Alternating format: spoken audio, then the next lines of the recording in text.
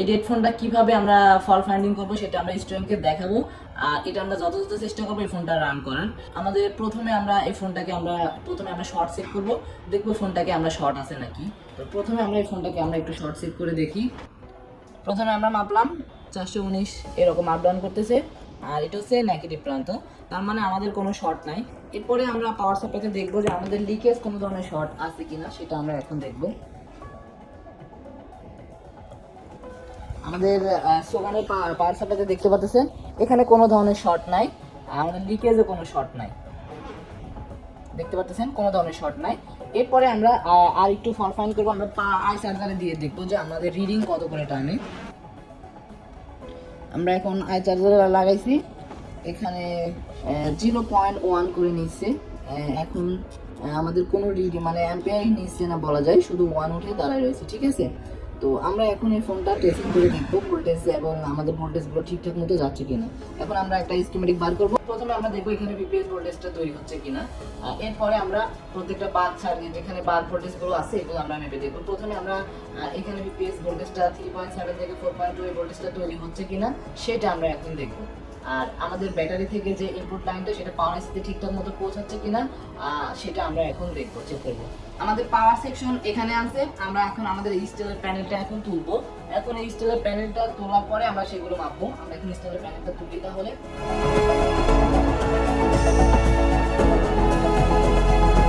এখন আমরা এই ভিপিএস লাইন তৈরি হচ্ছে কিনা এবং প্রত্যেকটা ভোল্টেজ আমরা পাওয়ার আইসি মাপবো। এরপরে আমরা অন্য প্রান্তে যাব। তো আমরা এখন প্রথমে আমাদের একটা ব্যাটারি কানেকশন দিতে হবে অথবা চার্জার লাগাইতে হবে, যে কোনো একটা লাগালে আমরা বুঝতে পারবো যে আসলে আমাদের হচ্ছে কিনা। আমরা চার্জার কেমন লাগাই নিছি, এখন আমরা ভোল্টেজ মাপবো। আমাদের বিপিএস ভোল্টেজটা তৈরি হচ্ছে কত হচ্ছে 3.7 থেকে 4.2 থাকার কথা, আমাদের আছে হচ্ছে কত ভোল্টেজ আছে 3.7 আছে, আমাদের ভিপিএস ভোল্টেজটা তৈরি হচ্ছে। এখন আমরা আমাদের এই প্রত্যেকটা বাক সার্কিটের ভোল্টেজগুলো চেক করব এবং সিপিইউ চালু হওয়ার জন্য যে ভোল্টেজগুলো আমাদের দরকার হয় আসলে সেই ভোল্টেজগুলো যাচ্ছে কিনা সেটা আমরা এখন চেক করব। আমাদের মূলত এখানে যে ক্যাপাসিটর আছে এখান থেকে 1.8 বিভিন্ন ভোল্টেজ এখান থেকে আমাদের যাওয়ার কথা, এখান থেকে যাচ্ছে কিনা সেটা আমরা দেখব, ঠিক আছে। এই বাক সার্কিটগুলো থেকে শুরু করে আমাদের যে ভোল্টেজগুলো আছে এগুলো আমরা একটু মেপে দেখবো যে আসলে পাওয়ার আইসি থেকে সমস্যা নাকি অন্য কোনো জায়গা থেকে সমস্যা। আমরা আগে পাওয়ার আইসিকে আইডেন্টিফাই করবো যে আসলে এটা ভালো আছে নাকি এটা নষ্ট, ঠিক আছে।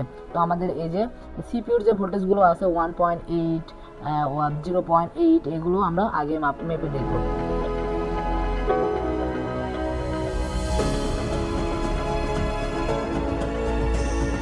তো আমরা এখন মাপলাম, আমার পাওয়ার আইসি থেকে ভোল্টেজ ঠিকঠাক আসতেছে, কিন্তু সিপিইউ হয়তো নিতে পারতেছে না।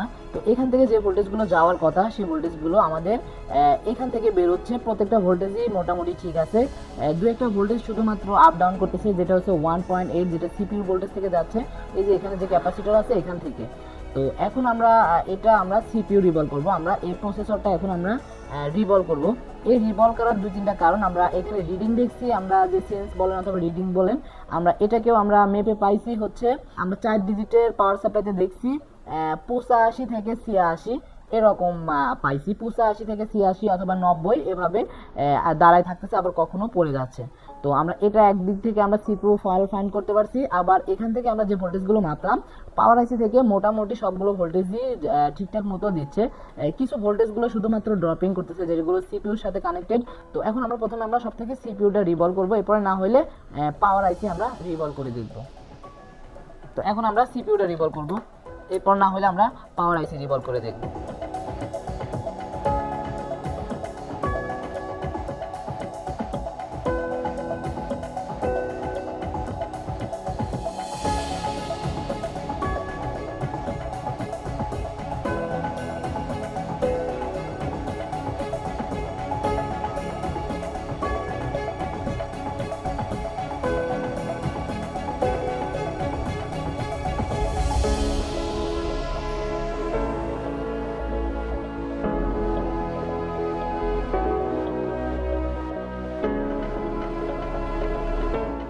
রিভলভ করা কমপ্লিট, আমরা এখন আইসিটি বোর্ডে বসায় দেখব। আমাদের যে ফল ফাইন্ডিং করার ছিল তার ভিতরে এখানে প্রায় 70 থেকে 80% এখানেই ছিল।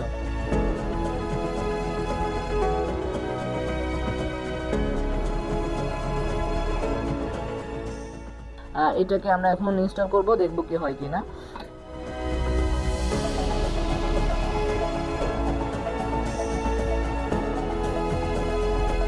তো এখন আমরা এটা দেখবো চালু হয় কিনা। আমরা কিছু সময় ওয়েট করবো যাতে এটা ঠান্ডা হয়, বোর্ডটা অনেক গরম আছে, ঠান্ডা হওয়া পর্যন্ত আমরা ওয়েট করব।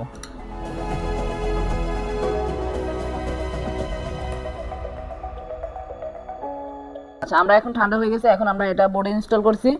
এটা এখন আমরা দেখবো যে চালু হয় কিনা, সেটা আমরা এখন দেখবো, দেখি চালু হয় কিনা ইনশাল্লাহ। এই যে আমাদের ফোনটা চালু হয়ে গেছে, দেখতে পারতেছেন।